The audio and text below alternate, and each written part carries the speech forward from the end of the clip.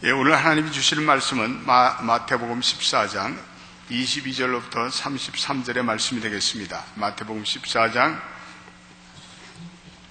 22절로 33절의 말씀입니다.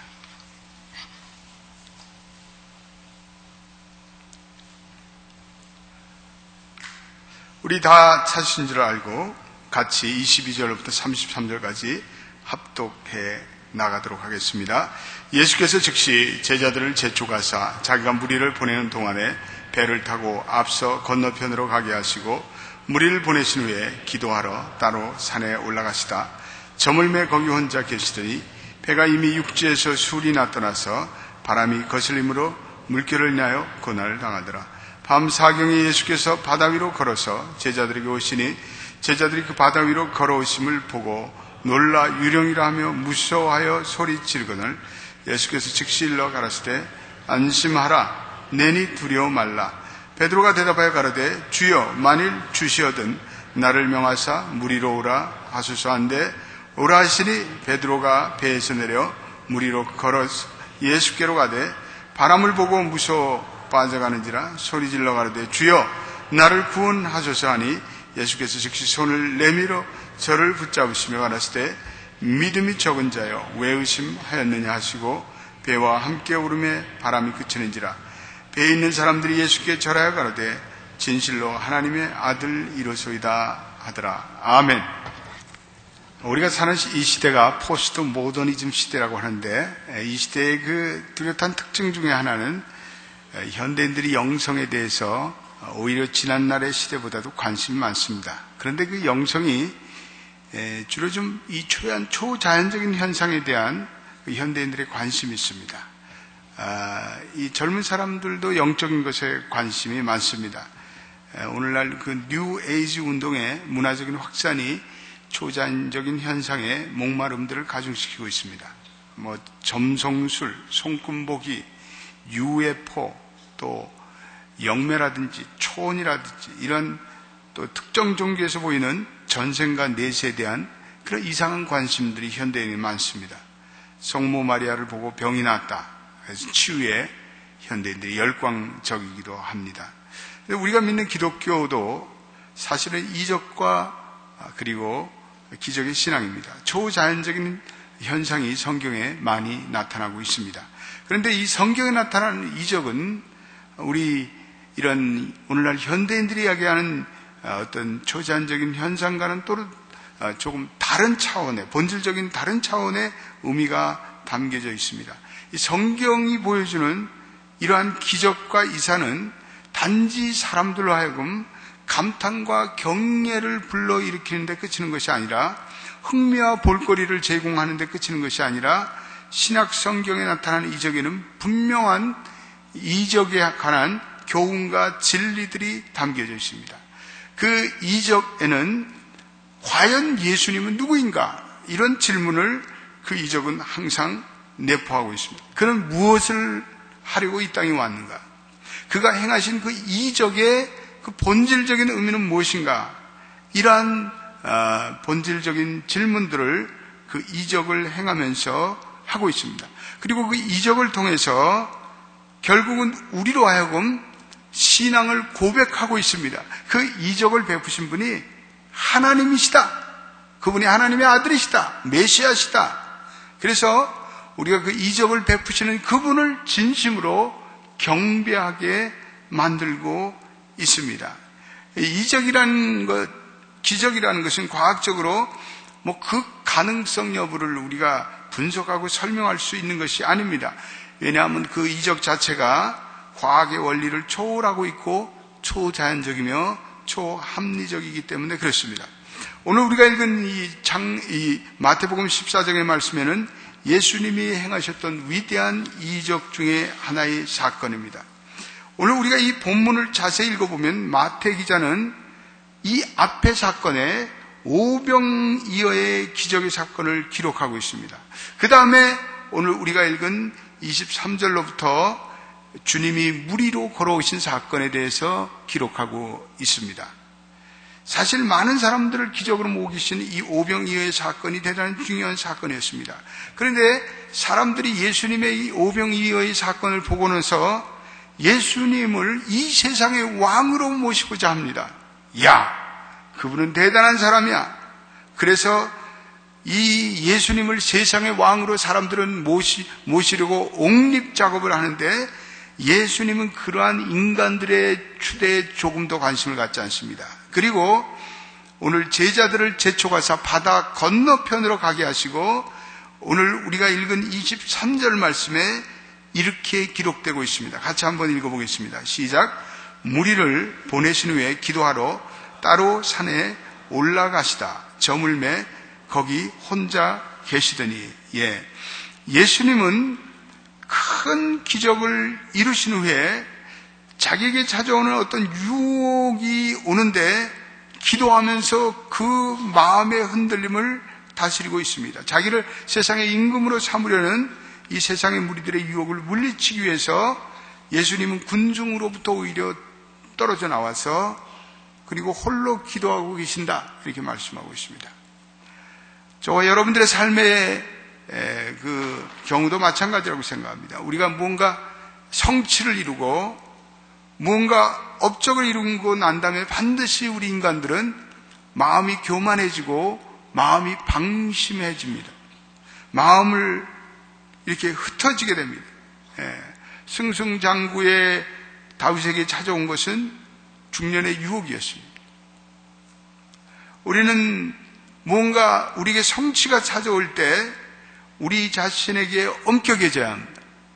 우리는 더욱더 우리 자신들을 영성으로 다스릴 수 있어야 합니다.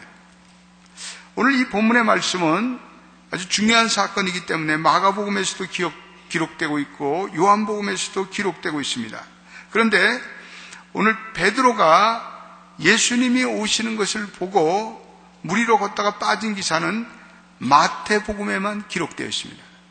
마가복음은 이 베드로가 나이가 많아져서 이제는 자기 사랑하는 제자 마가를 불러놓고 자기가 본 예수를 구술을 합니다.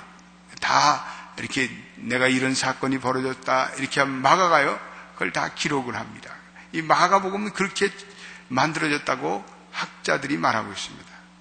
그런데 마가복음에는 베드로에 대한 기사가 다 충실하게 실려졌는데 이 마가복음에는 이 베드로가 무리에 빠진 사건이 기록되지 않았습니다.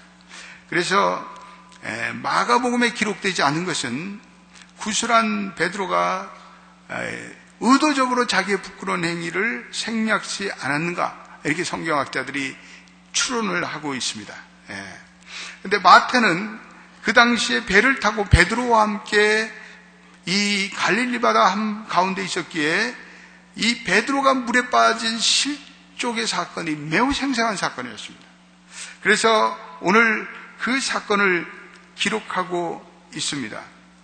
오늘 이 방금 전의 사건, 오병이어의 사건으로 예수님의 생생한 기적을 보고 나서 그 기적을 잊어버리고 무리에 걸러오는 주님을 유령이라고 놀라는 그것을 지켜보는 마태가 오늘 제자들의 믿음을 한탄하며 기록한 말씀이 오늘 본문의 말씀입니다.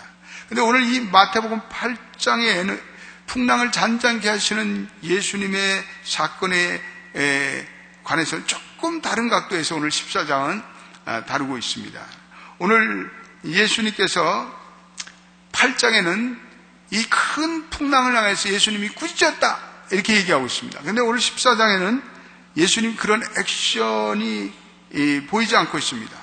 그리고 예수님이 제자들이 고난을 받는 것을 보며 무리로 성큼성큼 걸어오셨습니다. 그리고 제자들과 그리고 베드로와 대화를 나누고 계십니다. 이 본문의 기적은 대단히 교육적이며 또한 제자들의 믿음을 촉구하는 말씀입니다. 예수님께서 제자들에게 그 정도 풍랑이면 죽지 않는다 이런 내면적인 의미가 있습니다. 사실 우리가 이 땅에 살면서 우리 걱정들을 너무 많이 하고 살아갑니다. 그 미국에 사는 이민자들은 걱정이 그치지 않습니다. 우리는 조그만 풍랑에도 우리 염려하고 좌절합니다. 24절에 보니까 배가 이미 육지에 떠나 술이나 떠나서 바람이 거슬림으로 물결을 인하여 고난을 당하더라, 이렇게 되어 있습니다. 물결을 인하여 고난을 당하더라. 많은 사람들이 조그만 풍랑에도 염려하고 좌절합니다. 우리가 사실 작은 일 때문에 염려하는 것은 하나님의 능력에 대한 믿음의 부족이며 불신앙이 많습니다. 저도 미국 생활을 하면서 염려를 많이 했습니다, 한때. 저희 아버지가 사업을 하시다가 병에 걸리셨습니다. 저희가 좀 공장을 하면서 저희 아버님이 재산을 좀 만들어 놓으신 것을 아버님이 투병하면서 다 그냥 투병에 많은 돈이 들어갔습니다.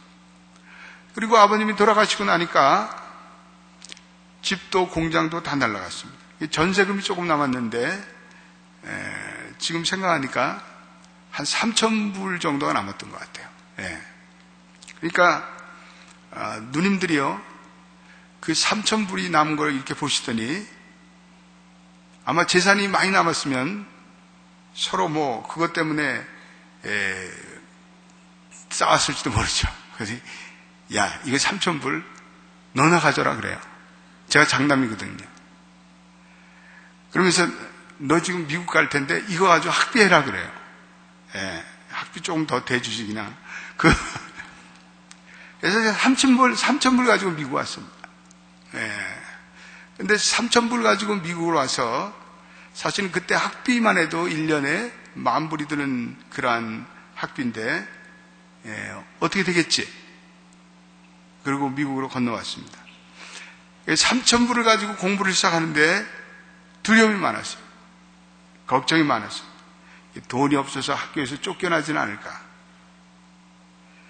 근데요, 하여튼 매 학기마다 하나님의 은혜 가운데 학비가 충당되고 또 스칼라십이 열리고 생활비가 충당되었습니다. 정말 미국에서 그 모든 생활은 기적의 삶의 연속이었습니다.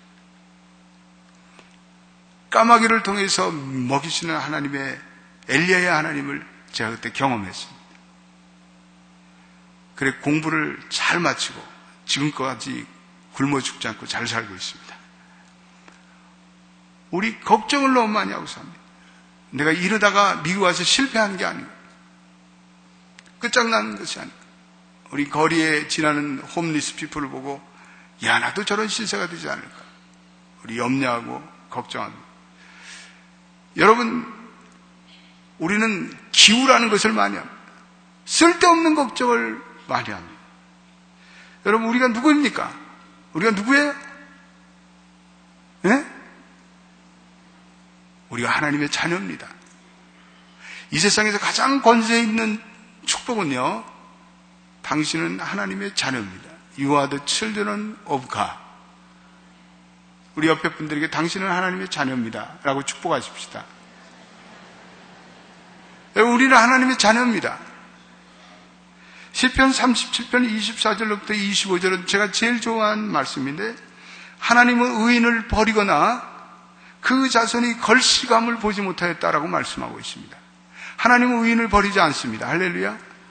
그리고 의인의 자손이 거렁봉이가 되는 것을 하나님은 방치해 놓고 있지 않으십니다. 할렐루야.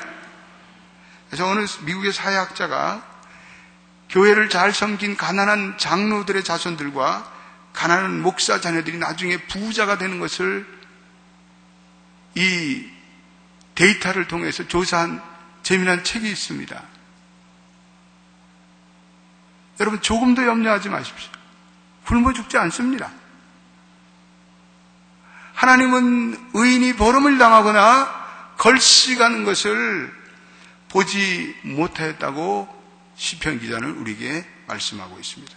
물론 우리에게 풍랑이 칩니다. 오늘 주시는 말과 같이 물결로 인해서 고난을 당하더라. 우리가 그 물결로 인해서 고난을 당할 수도 있습니다. 그런데요, 그 정도 수준으로는 죽지 않습니다. 그래서 예수님께서 제자들에게 얘들아, 엄살 좀 그만 펴라. 그 정도 풍랑에서는 죽지 않는다 라고 말씀하십니다. 저와 여러분은 이제까지도 예수님이 먹여주시고 입혀주시고 물을 주시고 잘 지내왔습니다. 작은 풍랑에 우리 지나치게 엄살 부리지 마십시다. 우리 이 풍랑에 괴로워하는 고난에 처해 있는 저희에게 우리 주님께서 오늘도 기적으로 찾아오시고 풍랑이 주님의 발 아래 있습니다. 주님과 더불어 풍랑을 이겨내시기를 주님의 이름으로 축복합니다. 오늘 저는 이 본문을 베드로의 행위에 초점을 맞춰서 좀 생각을 해보고자 합니다. 하나의 믿음의 본질에 대해서 좀 생각을 해보고자 합니다. 오늘 이 풍랑 위로 걸어오신 주님의 이적이 우리에게 나타내는 하나의 중요한 주제가 있는데, 그것은 예수님의 충만하신 신성입니다. 오늘 27절에 이렇게 예수께서 말씀하고 제자들에게 두려워하고 있는 제자들에게 말씀하고 있습니다. 읽어보겠습니다. 시작. 예수께서 즉시 일러 가라사대 안심하라 내니 두려워 말라. 안심하라 내니 it is I 이렇게 되어 있습니다. it is I. 구약 성경에는 나는 나 스스로 존재한다. I am that I am 이렇게 되어 있습니다. 이거는 it is I라는 것은 우리 주님께서 하나님 자신 되는 현존하신 하나님으로 나타날 때 표현하는 그러한 신인적인 하나님을 표현할 때 it is I am that I am 이렇게 말씀하고 있습니다. 예수님이 하나님 되심을 오늘 선포하고 있습니다. 오늘 바다는 물결이 치고 그로 인해서 제자들이 고난을 당하고 그로 인해서 두려워하는데, 오늘 보니까 주님이 친히 그 파도 위를 걸어오고 있습니다. 그리고 자기의 제자인 베드로도 그 물 위를 걸어오도록 허락하셨습니다. 주님이 자연을 지배하고 계시며 자연을 이끌어 가십니다. 저와 여러분들의 모든 믿음의 출발점의 근원은요, 여기서 시작됩니다. It is I. 나다. 두려워 말라. 우리의 믿음의 출발은 복되신 이 주님의 복되신 정체성으로부터 시작됩니다. 주님이 누구신가? 나사렛 예수가 누구신가? 그는 하나님의 아들이며 메시아 되시며 그분이 왕 되신다는 예수님의 정체성, 그것을 우리가 인식하고 받아들이고 아멘 하는 것으로부터 우리의 믿음의 출발점이 시작돼야 합니다. 오늘 본문은 주님을 우주의 주관자이며 자연의 만물의 주인 되시는 영광의 그리스도로 나타내고 있습니다. 이 사복음서의 목적, 쓰여진 목적은 단 한 가지입니다. 예수는 누구인가? 과연 예수님은 누구인가? 오늘 이 본문은 또 하나의 예수가 누구인가라는 예수의 정체성에 있어 It is I, 나다, 두려워 말라, 근심하지 말라 말씀하고 있습니다. 오늘 두 번째 생각해 볼 것은 베드로가 배에서 나와서 물 위로 걸어갈 때 오늘 보니까 우리 이미 24절에 물결로 인하여 고난을 당하더라. 이미 풍랑이 일고 있었습니다. 이 말씀은 베드로가 배 밖으로 나와서 걸어간 후에 풍랑이 인 것이 아니라 이미 풍랑은 일어나고 있었습니다. 그럼에도 불구하고 베드로가 자기의 눈을 그 물결에 던지는 그 순간에 베드로는 두려워하며 갑자기 실족합니다. 오늘 본문의 강조점 중에 하나는 빠지는 베드로의 문제점은 베드로 자신에게 있었다는 것이 아닙니다. 그건 외부적인 지금 물결이 있는 것이 아니라 베드로의 내면에 문제가 있다는 것입니다. 베드로의 마음에 문제가 있다는 것입니다. 주님은 베드로를 향해서 이렇게 정확히 진단을 내리고 있는데 31절을 우리 같이 읽어보겠습니다. 시작. 예수께서 즉시 손을 내밀어 저를 붙잡으시며 가라사대 믿음이 적은 자여 왜 의심하였느냐 하시고, 믿음이 적은 자여 왜 의심하느냐. 의심이 가도록 만든 것은 베드로의 내면의 세계였습니다. 베드로의 마음이었습니다. 베드로의 적은 믿음이었습니다. 베드로는요, 기질적으로 베드로는 이 사도행전과 그리고 복음서에 나타난 베드로의 모습을 보면 베드로는요 굉장히 다혈질이에요. 아주 적극적이에요. 근데 좀 충동적이에요. 그래서 베드로는 좀 욱하는 그런 기질적인 면이 있습니다. 근데 그런 모습이 베드로로 하여금 여러 번 실패를 자초했습니다. 오늘 28절도 한번 우리 더 읽어보겠습니다. 시작. 베드로가 대답하여 가로되 주여 만일 주시어든 나를 명하사 무리로 오라 하소서. 베드로는 굉장히 자신만만했습니다. 주님, 저는요 충분한 믿음을 가지고 있습니다. 그리고 나는 무리로 걸어갈 자신이 있습니다. 주님 불러주세요. 그리고 베드로가 무리로 걸어가다가 그리고 술렁이는 물결을 보며 자기의 눈을 돌릴 때 베드로는 갑자기 두려움에 빠집니다. 그리고 빠져 들어갑니다. 이 베드로는 늘 그런 식입니다. 주님이 자신의 죽음에 대해서 예언할 때 베드로가 호언장담합니다. 다 주는 버릴지라도 나는 주를 절대로 버리지 않습니다. 그리고는 조만간에 베드로는 주님을 모른다고 맹세와 저주로 일관합니다. 저는 이런 베드로의 모습을 베드로적인 기질, 베드로적인 심성이라고 표현하고 싶습니다. 어느 때 우리는 천하를 다 해낼 것 같습니다. 뭐 맡기면 뭐를 다 해낼 것 같아요. 정열과 그리고 믿음이 대단한 것 같습니다. 그런데 조금만 어려움이 오고 조금만 좌절과 위기가 오면 깊은 좌절의 나락으로 일순간에 빠져들어가는 그런 베드로적인 심성을 가진 사람들이 많습니다. 아니 우리들 자신들이 이 베드로적인 그러한 내면의 모습이 부분적으로 드러나고 있습니다. 어려움이 오면 금방 의기소침해요. 금방 심취에 빠지고 그래서 전혀 다른 모습으로 바뀌는 거예요. 베드로는 늘 그렇습니다. 그래서 바울은요 베드로의 그런 이중성을 굉장히 싫어했어요. 그래서 갈라디아 교회 갈라디아서 보면 베드로가 이방인들과 막 식사하다가 유대인들이 나타나니까 유대 지도자들이 나타나니까 예루살렘에서 교회 지도들이 나타나니까 그 이방인들의 자리에서 싹 떠나갑니다. 그러니까요 바울이 열을 받아요. 막 베드로를 향해서 막 해댑니다. 이 베드로는요 박력이 있는 것 같지만 자기 끝까지 책임을 안 져요. 베드로는 자기 자신을 철저히 책임지는 그 성실성과 그리고 책임감이 베드로에게는 결여되어 있습니다. 우리도 영적 생활 속에서 우리의 일상생활 속에서 또 우리의 교회 생활 속에서 이렇게 기복이 심한 우리들의 모습을 봅니다.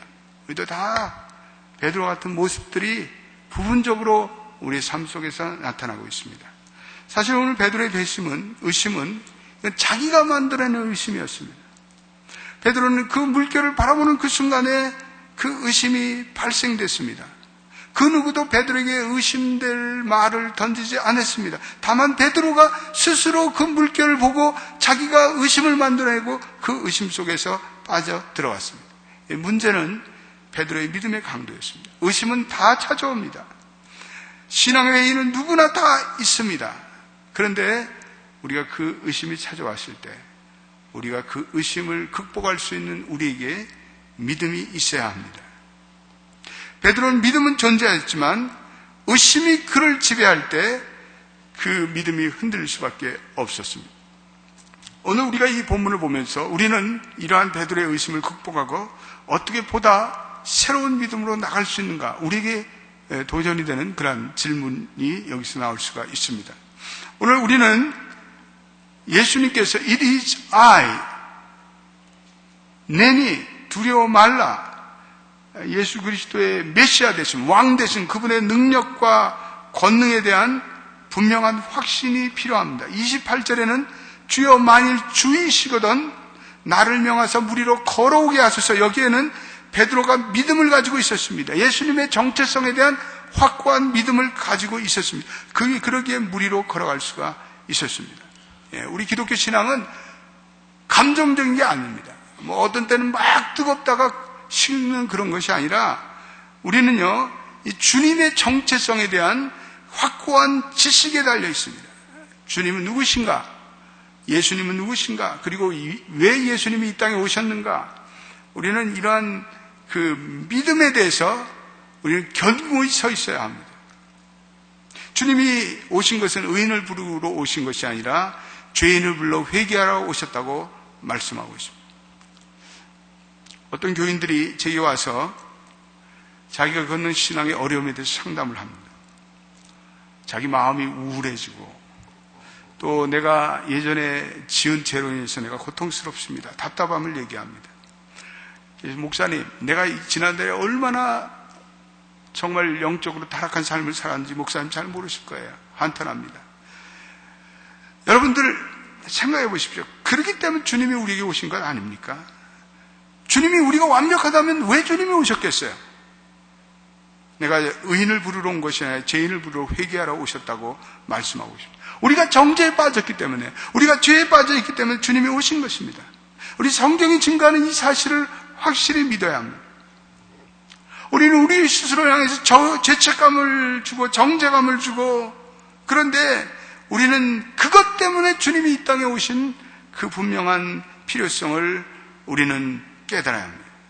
그 정죄감, 죄책감으로부터 우리의 영적인 해방의 시작은요, 왜 주님이 이 땅에 오셨는가를 우리 분명히 아는 것입니다.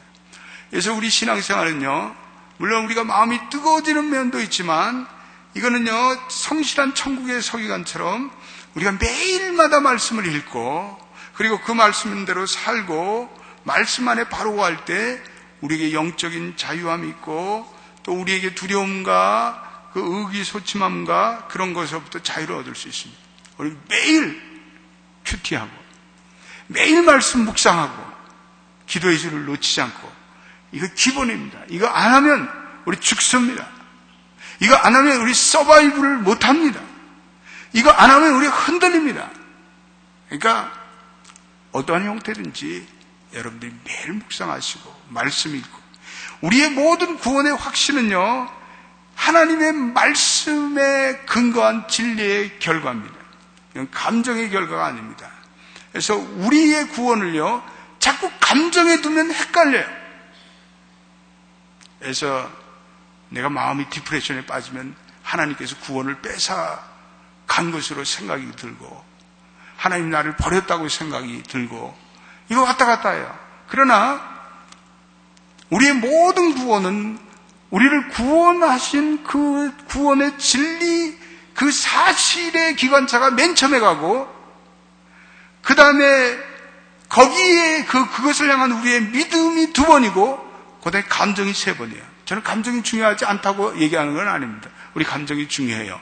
우리의 감정이 기쁘고 감사하고. 그러나 우리의 구원은 가장 중요한 것은 하나님께서 그렇게 말씀하셨다는 그 진리에, 우리가 죄인임에도 불구하고 우리를 사랑하시고 구원하셔서 그분이 십자가에 달려 돌아가시고 우리를 위해서 천국을 예비해 주시고 성령을 보내주시고 우리로 그 성령을 의지해서 살, 이거 다 진리예요. 그 진리가 먼저 하고, 그 다음에는 믿음이라는 객차가 가고, 그 마지막에 감정이라는 화물차가 갑니다. 예. 베드로가 맨 처음에는 그리스도를 향한 믿음에서 출발했는데, 무리를 걷고 나서 어느 순간에 그 믿음을 망각하고 그 진리를 망각하고 뒤를 돌아봤습니다. 절대로 그는 파도를 보면 안 되었습니다. 오늘 그가 주님께 약속한 28절의 말씀은 나는 파도를 개의치 않겠다. 오늘 만일 주여 주시거든 나를 명하여 무리로 오소서. 그렇게 믿음을 가지고 나가야 되는데, 베드로는 이미 거기에 대한 해답을 가졌는데 다시 세상을 돌아보는 거예요. 배 밖으로 나가기 전에 이미 문제를 해결받았는데 다시 문제를 돌이켜봐요. 우리 신앙 살면서 이런 실수를 많이 저지릅니다. 그리스도를 믿고 이미 해결한 받아서 이제 정리된 문제인데 다시 돌이켜보면서 의심하고 그러다가 실족하는 일이 얼마나 많습니까? 우리는 믿음 생활하면서 이제는 뒤를 돌아보지 않는 것, 뒷궁리를 하지 않는 것, 뒤돌아보지 않고 앞만 보고 나가는 것, 주님 뜻대로 살기로 했네. 주님 뜻대로 살기로 했네. 주님 뜻대로 살기로 했네.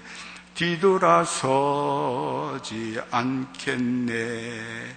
요새 아내처럼 쟁기를 메고 뒤를 돌아보지 않는 것입니다.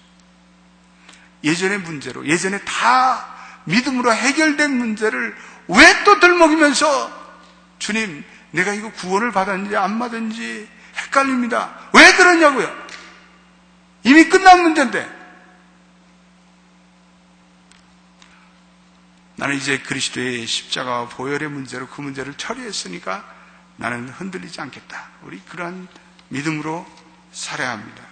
오늘 이 본문에서 주시는 위로의 말씀이 있는데 그것은 주님께서요 결코 우리를요 바닷속으로 밀어넣지 않는다는 거예요. 바닷속으로 실족하지 않도록 버려두지 않는 것입니다. 오늘 베드로가 공포와 두려움 속에서 소리를 질렀다고 말씀하고 있습니다. 오늘 오라 하시니 베드로가 배에서 내려 물 위로 걸어서 예수께로 가되 바람을 보고 무서워 빠져가는지라 소리를 질러 가로되 주여 나를 구원하소서 부르짖습니다. 그랬더니 예수님께 즉시 손을 내밀어 저를 붙잡으시며 31절 한번 같이 읽어보겠습니다. 시작. 예수께서 즉시 손을 내밀어 저를 붙잡으시며 가라사대 믿음이 적은 자여 왜 의심하였냐 하시고 배에 함께 오르며 바람이 그치는지라. 오늘 우리에게 정말 위로가 되는 사실은 하나님께 감사한 것은 그리스도는요 우리를 가라앉도록 방치하지 않을 것입니다. 왜냐하면 우리는 하나님의 자녀고 우리는 그리스도의 소유입니다. 물론 우리가 그리스도를 실망시킬 수 있고 우리가 영원히 실족될 수 있는 위험에 처져 있다고 우리 자신이 우리 자신을 한탄할 수도 있지만 결코 그렇지 않습니다. 저희를 내 손에서 빼앗을 자가 없다고 예수님은 말씀하고 있습니다. 내가 확신하노니 사망이나 생명이나 천사들이나 권세자들이나 현재이나 장래이나 능력이나 높임이나 기쁨이나 다른 어떠한 피조물이라도 우리 주 예수 그리스도에 있는 하나님의 사랑에서 끊을 수 없느니라. 할렐루야. 어떠한 것도 우리를 그리스도의 사랑 안에서 끊을 수 없습니다. 결코 끊을 수 없습니다. 우리가 상실했다고 생각하지만 그것은 우리의 거짓 생각입니다. 우리의 허위의식입니다. 이런 그 순간에도 하나님의 손으로 우리를 붙잡아 주실 것입니다. 그렇기 때문에 우리는 절망 가운데도 우리는 부르짖고 우리는 거기에 빠져들지 말고 우리는 하나님께 부르짖어 나갈 것입니다. 그리스도께서 그 소리를 들으시고 손을 내밀어 우리를 구원하시기 때문에 그렇습니다. 주님이 우리로 하여금 넘어지지 않도록 우리를 붙들어 주시고 우리를 실족하지 않도록 붙들어 주실 것입니다. 우리가 계속해서 그리스도를 바라보고 있다면, 우리가 그리스도의 거기에 눈을 떼고 있지 않다면 우리는 타락하지도 않고 실족하지 않고 계속해서 우리는 걸을 수 있습니다. 그리스도는 하나님입니다. 오늘 우리에게 이 믿음이 있어서 그를 계속 바라보는 그것이 바로 우리의 믿음이 되어야 합니다.